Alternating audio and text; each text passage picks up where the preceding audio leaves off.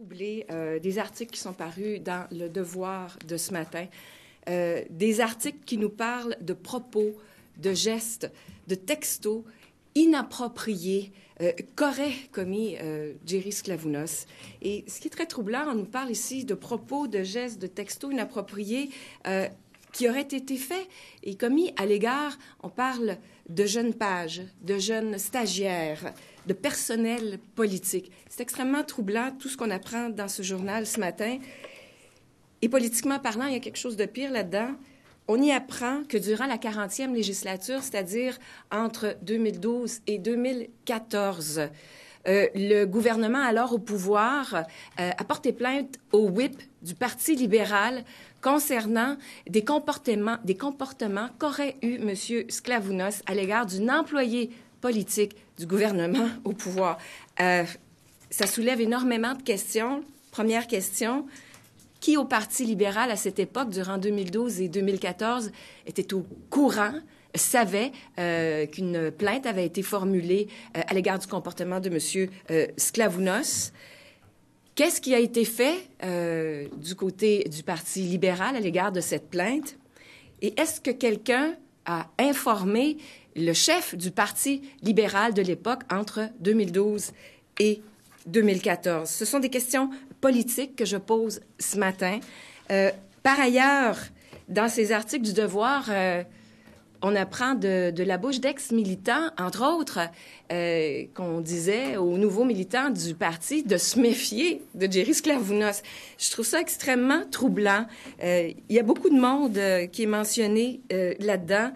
Et moi, ce que j'aimerais dire et ce que j'aimerais rappeler au personnel de l'Assemblée nationale, parce que lorsqu'on parle de stagiaires, lorsqu'on parle de pages, lorsqu'on parle de personnel politique, d'attachés politiques, on parle du personnel ici dans cette enceinte de l'Assemblée nationale.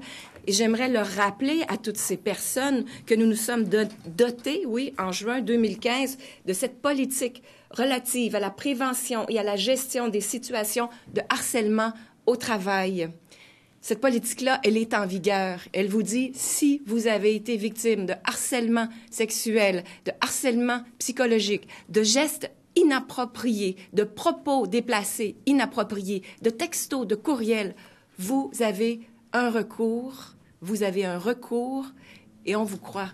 De grâce, utilisez les recours qui sont à votre disposition. Alors, j'invite toutes les personnes qui auraient pu avoir à vivre des situations du genre à le faire à l'égard de quiconque. Et ce n'est pas parce que quelqu'un est en position d'autorité qu'on ne peut pas se plaindre de gestes inappropriés. Voilà, c'est ce que j'avais à vous dire ce matin. Bien, quant à l'avenir de M. Sklavounos, j'ai vu le Québec solidaire dit qu'il devrait carrément démissionner. Croyez-vous qu'il peut toujours siéger à l'Assemblée nationale? Hier soir, j'ai dit que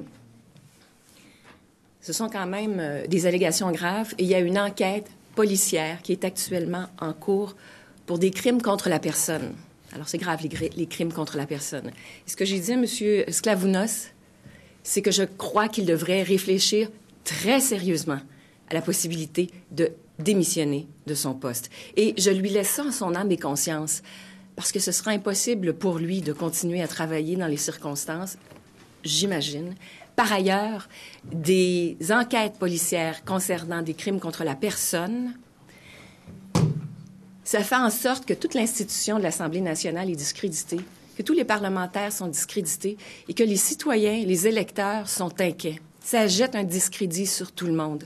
Alors, je pense qu'il a vraiment à réfléchir à son rôle de député, même s'il veut siéger comme indépendant, ce qu'il a le droit de faire par ailleurs. Mais je l'invite à réfléchir à ce que ça va faire à l'Assemblée nationale. Lire l'article du Devoir, on constate qu'il semble qu'il y avait beaucoup de gens à l'Assemblée nationale qui étaient au courant de pratiques inappropriées, des pages, des stagiaires de la Fondation Jean-Charles Bonenfant, des attachés politiques. Vous, à la Coalition Avenir Québec, aviez-vous déjà eu vent d'allégations à cet effet-là? Je vais être extrêmement honnête avec vous, là. Depuis hier, moi, je l'ignorais. Depuis hier, j'entends toutes sortes de choses, des gens de tous les partis, Et même chez moi, on me raconte des choses. Alors, je pense que le fait qu'il y a cette vague d'encouragement, dire aux femmes de dénoncer, qu'elles ont le droit de dénoncer, qu'elles ont le droit, qu'il faut les prendre au sérieux, ça a fait remonter à la surface plein de situations. Et ce que je trouve troublant, c'est que tout ce qu'on lit ce matin touche M. Sklavounos. Ça, je trouve ça troublant. Le fait est que si tout le monde était un peu au courant puis que personne n'a rien dit, est-ce qu'il n'y a pas une responsabilité collective des élus de l'Assemblée nationale? La question se pose, mais si chacun de son côté n'ose dénoncer, se croyant seul, et là, on voit il semble-t-il qu'il y a plusieurs personnes qui ont reçu des textos, qui auraient été victimes de comportements déplacés ou inappropriés ou de gestes inappropriés. Je pense que là, ces personnes-là devraient, du moins, porter plainte, se servir des outils qui sont à leur disposition. Et pour répondre plus précisément à votre question, je crois que ce qui s'est passé à l'Université Laval, cette vague d'agression sur ces 15 jeunes femmes qui sont dans leur résidence privée, ce qu'on voit ailleurs aux États-Unis, je pense que c'est en train de créer un momentum qui fait en sorte que les langues se délient. Et il faut surtout que les femmes n'aient pas peur de dénoncer. Parce qu'on l'a vu encore hier avec les propos de M. Dubuc, jeter un doute sur les propos d'une victime. Monsieur Simard, vous avez raison, le député Dubuc, pardon.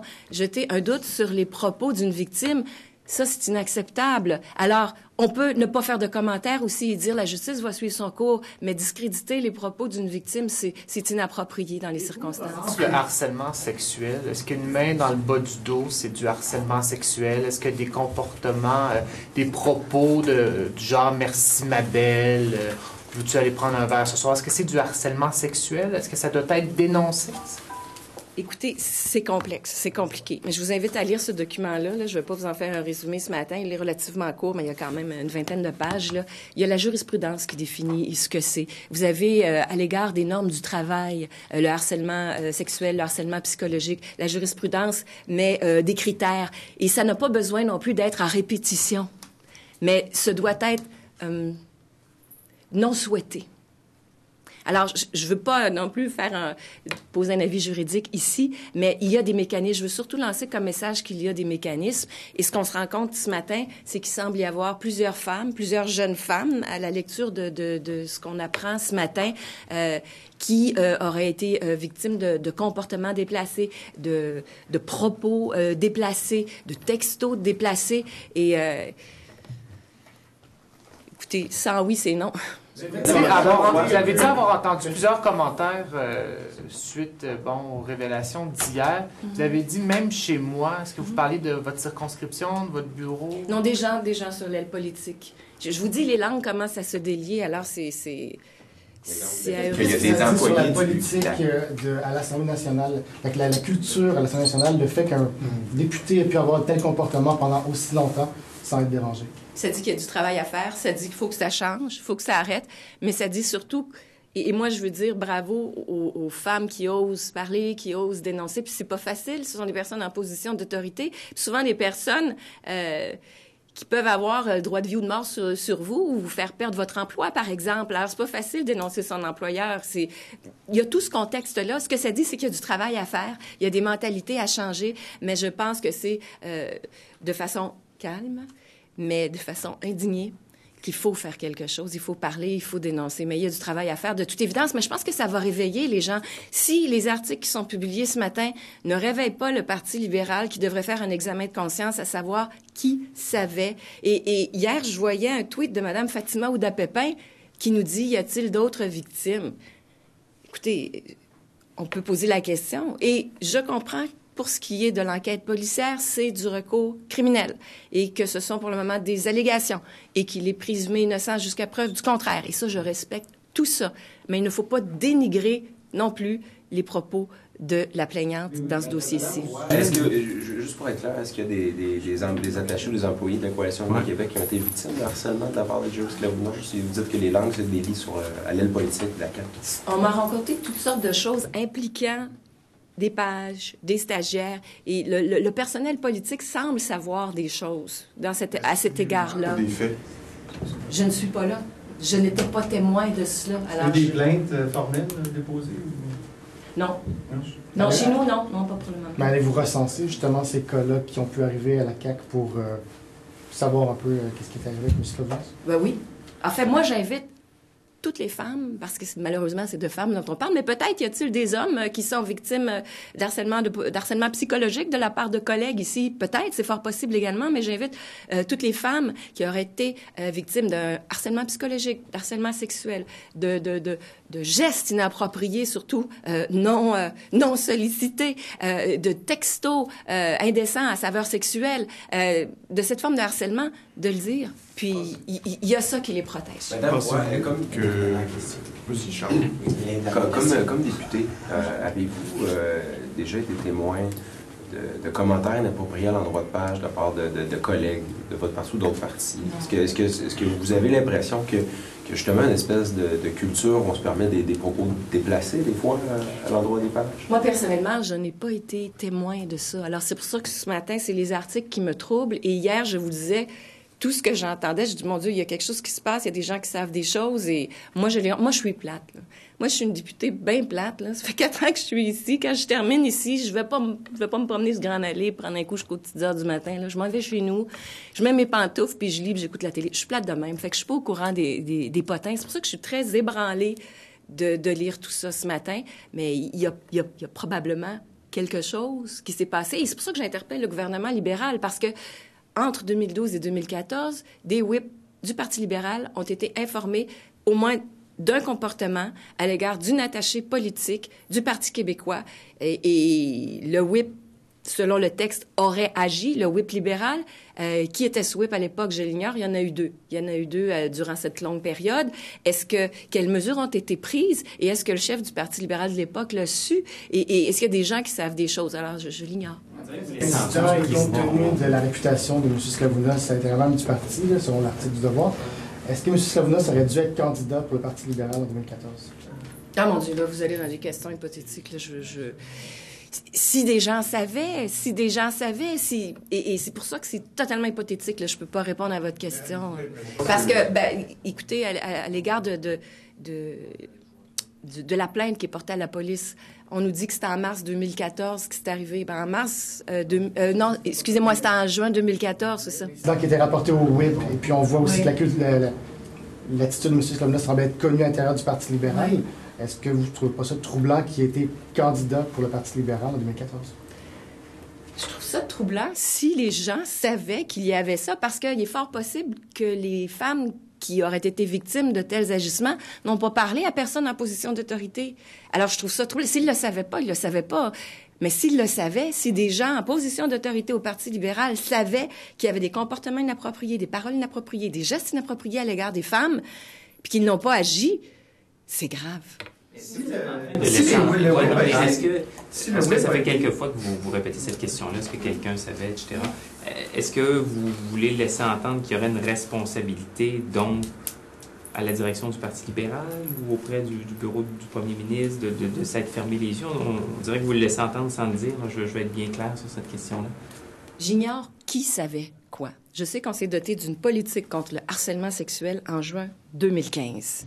Ce qui s'est passé avant, ce qu'ils ont fait, qui savait quoi, je l'ignore. À partir du moment où on a ça, une politique qui dit que c'est intolérable, c'est inacceptable, et que des gens savent des choses qui se passent après 2015 et qu'ils n'agissent pas, oui, il y a une responsabilité. Si le WIP a été mis au courant, qu'un joueur clé nous confirme qu'il y a eu des démarches, est-ce que la présidence de l'Assemblée nationale n'aurait pas dû être mise au courant? Honnêtement, pourquoi pas? Pourquoi pas? Mais quel est le mécanisme? Là, on parle d'un mécanisme, là. Oui, mais ça, c'est en 2015. L'événement dont il est fait question dans Le Devoir était entre 2012 et 2014. Maintenant, c'est clair. Il y a les normes qui sont édictées, qui doivent être informées, le processus, puis il y a même quelqu'un d'indépendant qui est à l'extérieur du Parlement qui va prendre le dossier en considération pour ne pas qu'il y ait apparence de conflit d'intérêts que les députés enquêtent sur les députés, là. Bien au contraire. Mais à cette époque-là, quel était le mécanisme? Honnêtement, je l'ignore. Chose certaine, il y a des questions à se poser. Lorsqu'on parle de pages, je pense que les pages relèvent de l'Assemblée nationale. Donc, je répète ma question. Qui savait quoi? Qui a informé qui, c'est extrêmement important.